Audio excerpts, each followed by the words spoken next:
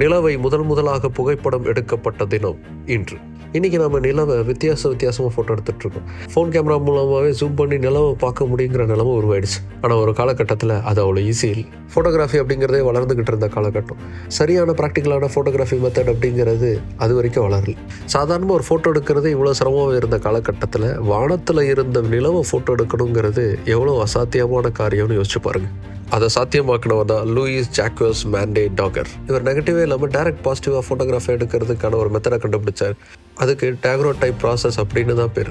அந்த டேக்ரோடைப் ப்ராசஸை பயன்படுத்தி 1839ஆம் ஆண்டு ஜனவரி மாதம் 2ஆம் நாள் நிலவை அவர் தத்ரூபமாக ஃபோட்டோ எடுத்தார்.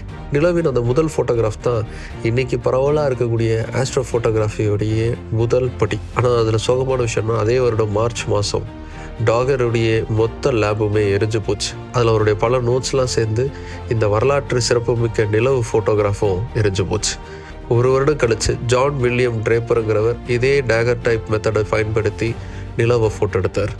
அதுதான் இன்னைக்கு வரைக்கும் நிலவுடைய முதல் சர்வைவிங் ஃபோட்டோகிராஃபாக இருக்குது. ஃபோட்டோகிராஃபின் வரலாற்றிலும் சரி, மனித வரலாற்றிலும் சரி, பெரும் மைல்கல்லாக திகழும் நிலவை குறித்தான முதல் புகைப்படம் எடுக்கப்பட்ட தினம் இன்று.